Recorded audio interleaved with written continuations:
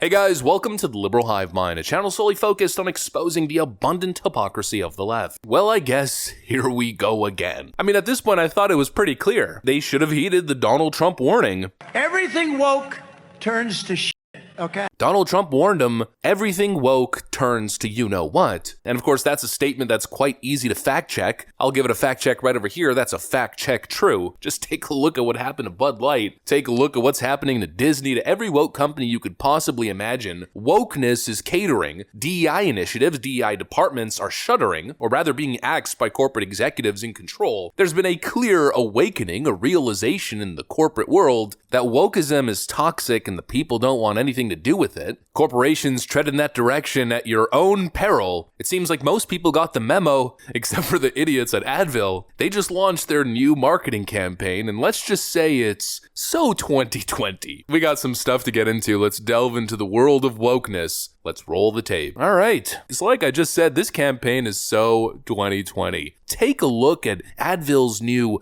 racial initiatives, or I guess racial justice initiatives. Take a look at Advil's new racial justice initiatives. I should not have to beg my doctor to run tests or ask them to take another look.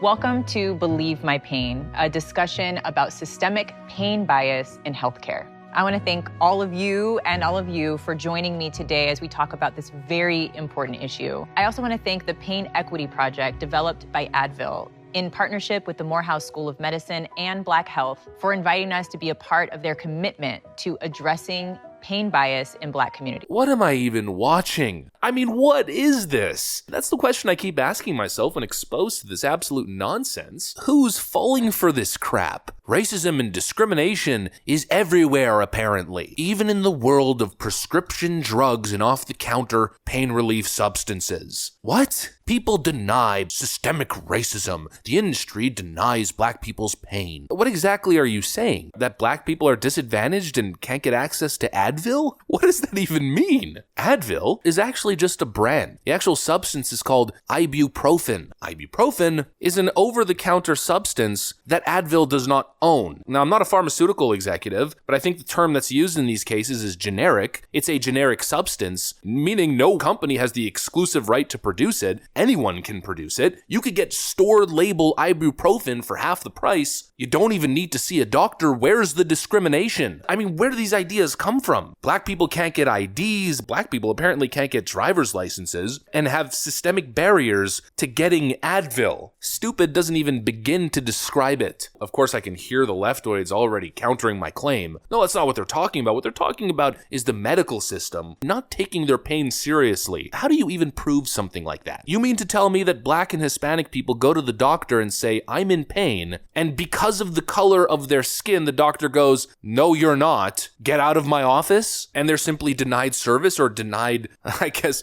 painkillers? How can you make such a claim? Well, it's very simple. You can make such a claim because it's very easy to make. It's impossible to disprove. It's also impossible to prove. And it's a great little marketing shtick now, isn't it? Or at least maybe it was back during the George Floyd era. Nowadays, yeah, not so much. I'm pretty sure Advil just ruined itself. You know, I find myself every year buying a bottle of Advil. I'll have one and realize it's expired. It probably doesn't mean much, but you know, I'll throw it away and I'll get a new one. Well, I think honestly the next time I'm at the store, I'll probably be leaning towards the store brand option. Absolute friggin' woke idiocy. You know, as per usual, this sort of systemic racism boogeyman seems to exist only in one place and one place alone. In the minds of woke leftists, where everything is perceived as a microaggression or as malicious discrimination. You go to the doctor, you're injured, and the doctor is probably hesitant or unwilling to prescribe opiates. Why? Well, because we're currently living through an opiate crisis with over 100,000 overdose deaths a year. That's probably the reason why doctors are probably reluctant to instantly prescribe painkillers, but the way it's perceived by leftists is as as racist. It's only happening to black people. There is no way. I'm saying it right here. There's no way that that's the case. There's absolutely no way that that's the case. And if anything, if you think about it, these doctors aren't discriminating against anyone. They're actually practicing their Hippocratic oath of not doing harm. It's obvious what this is. It's yet again another corporation attempting to take advantage of black people. I think Rob Schmidt said it best. This is part of Advil's plan to sell $50 million